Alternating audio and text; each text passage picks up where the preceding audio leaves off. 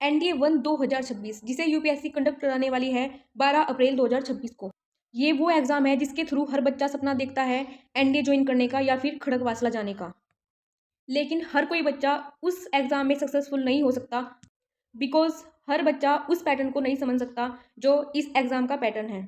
तो आज की इस वीडियो में मैं आपको बताने वाली हूँ एनडीए 1 2026 के बारे में, नोटिफिकेशन, एलिजिबिलिटी क्राइटेरिया, सिलेबस और वैकेंसी कितनी होने वाली है। एनडीए 1 2026 इसको 12 अप्रैल 2026 को कंडक्ट कराया जाएगा और इसके फॉर्म फिल की बात करें तो ये आपका 10 दिसंबर 2025 को स्टार्ट हो जाएंगे, जिसको बहुत ध्यान से आपको फिल करना है और अपने एग्जाम की तैयारी शुरू कर देनी है। हालांकि हो सकता है कि फॉर्म फिल करने की जो प्रोसेस है उसमें आपको चेंज दिख सकता है, क्योंकि हर बार यूपीएससी बार बार चेंज करता रहता है और उसमें हमें काफ़ी सारी समस्याएं आती हैं। लेकिन डरना नहीं है, आपको अच्छे से फॉर्म फिल करना है 10 दिसंबर 2025 को। अगर इसकी वैकेंसी की बात करें तो ये 400 रहने वाली है। अप्रोक्स करके हम चल रहे हैं 410 हो सकती है या फिर 385 हो सकती हैं। अप्रोक्स में हम इसको 400 मान के चलते हैं।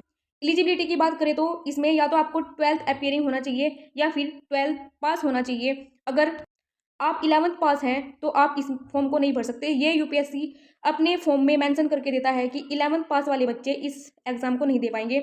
और जो आपकी डेट ऑफ बर्थ है ये 1 जुलाई 2007 से 10 जुलाई 2010 के बीच में होनी चाहिए ताकि आप फॉर्म भर सको।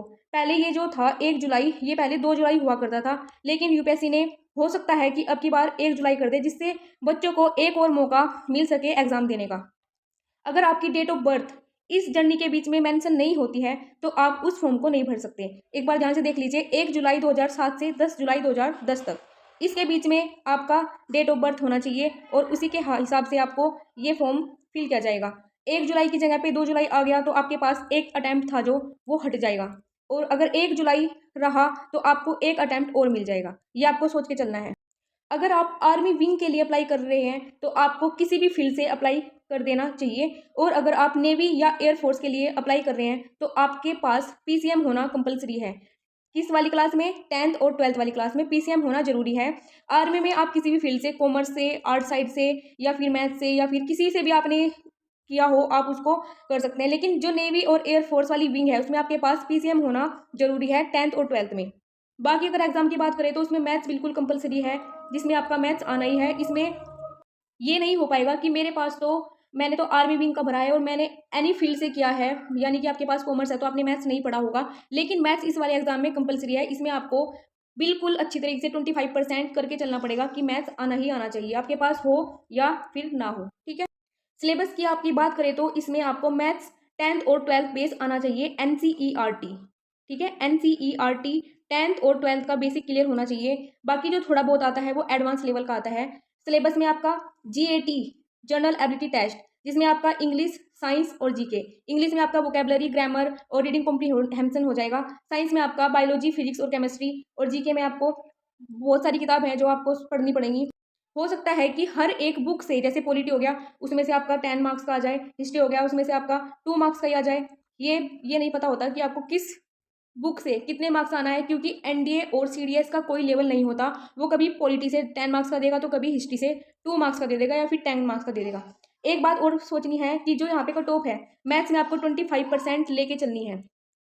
25% लेके चलनी है, क्योंकि ये कंपलसरी है कि एक सब्जेक्ट में आपको 25% लेके ही आनी है, इससे कम नहीं चलेंगे। और इंग्लिश, साइंस, जीके में तीनों में मिलाकर आपको 25% लेके आनी है।